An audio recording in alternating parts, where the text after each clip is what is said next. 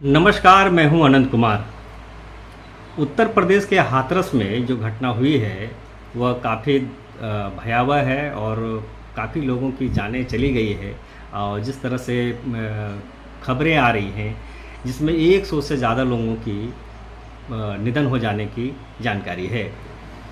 अब पिछले कई वर्षों से लगातार इस तरह की घटनाएं होती रही है और घटना के बाद जांच की बात होती है, लेकिन जांच के बाद क्या निकलता है यह आम लोगों के बीच में नहीं हो पाती है। धार्मिक आयोजनों में इस प्रकार का पिछले भी घटनाएं हो चुकी हैं। यदि उसको हम सिलसिलेवार ढंग से देखेंगे कि अगर 15-20 साल के अंदर में कितने घटनाएं हुई हैं और कहां कहां हुई हैं, यह जानकर आपको आश्चर्य होगा। सबसे पहले हम इधर हाल के दिनों में बात करेंगे तो अगर 2005 की बात करें तो 2005 में महाराष्ट्र के सतारा ज़िले में 25 जनवरी को वाईके के निकट मंधेर देवी मंदिर में भगदड़ हो गई थी, जिसमें 350 श्रद्धालुओं की मौत होने की बात सामने आई थी। इसी प्रकार 2008 में हिमाचल प्रदेश के नैनो देवी मंदिर में 3 अगस्त को भगदड़ में 146 लोगों की मौत हो गई थी। 2008 में ही जब जोधपुर में चामुंडा देवी मंदिर में 30 सितंबर को 224 लोगों की मौत होने की सूचना सामने आई थी। 2010 में उत्तर प्रदेश के प्रतापगढ़ में 4 मार्च को राम जनका मंदिर में 63 लोगों की मौत हो गई थी। 2011 में केरल के सबरीमाला मंदिर में 14 जनवरी को 102 लोगों की मौत हो गई थी। हरिद्वार में 8 नवंबर को धार्मिक कार्यक्रम में 16 लोगों की मौत हो गई थी। 2012 में बिहार में छठ पूजा पर 19 नवंबर को 17 लोगों की मौत हो गई थी। इसी प्रकार 2013 में इलाहाबाद में 10 फरवरी को कुंभ मेले में 36 लोगों की मौत हो गई थी। 2013 में ही मध्य प्रदेश के रतनगढ़ मंदिर में 13 अक्टूबर को भगदड़ में 115 लोगों की मौत हो गई थी। 2014 की बात करें तो पटना में बिहार में छठ पूजा में 3 अक्टूबर को 32 लोगों की मौत हो गई थी।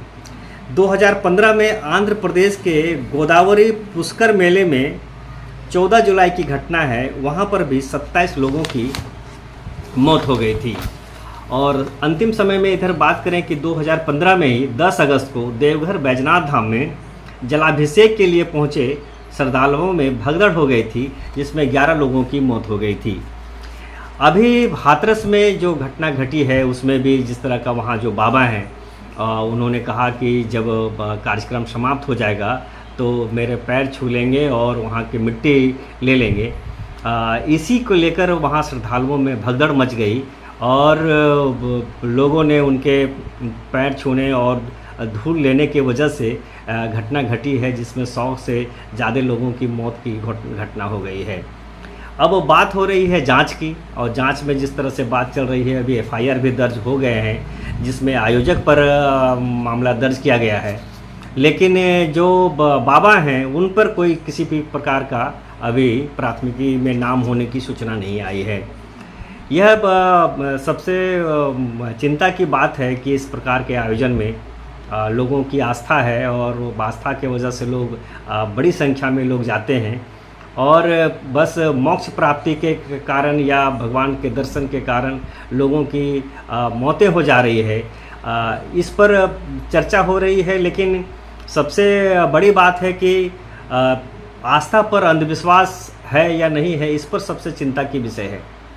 अब लोग अंधविश्वास के कारण लोग जा रहे हैं, इस पर कोई सवाल नहीं उठाए जा रहे हैं कि क्यों इस तरह के बाबाओं के चक्कर में लोग फंस जा रहे हैं और अपने परिवार का दुख देख के उनको चिंता हो रही है, रो रहे हैं, पटका रहे हैं। लेकिन यह बात लोगों के दिलो दिमाग में नहीं आती है कि जो प्रकृति का नियम है, एक दिन जो लोग आया है उसको एक दिन जाना है। फिर भी लोग बाबाओं के चक्कर में फंस के और वहाँ जाते हैं और इस तरह की घटना का शिकार हो जाते हैं। तो यह चिंता का विषय है। इस पर लोगों को विचार करना चाहिए और समाज को भी इस तरह से तैयार करना चाहिए कि लोग ऐसे बाबाओं के चक्कर में ना पड़े कि उनके परिवार के सदस्य उनके बीच से ही चले जाएं और जिसका नुकसान उनको उठाना पड़े। अभी तक यदि हमारे चैनल को सब्सक्राइब नहीं किए हैं तो कृपया सब्सक्राइब कर दें, लाइक कर दें और बेल आइकन का घंटी बजा दें।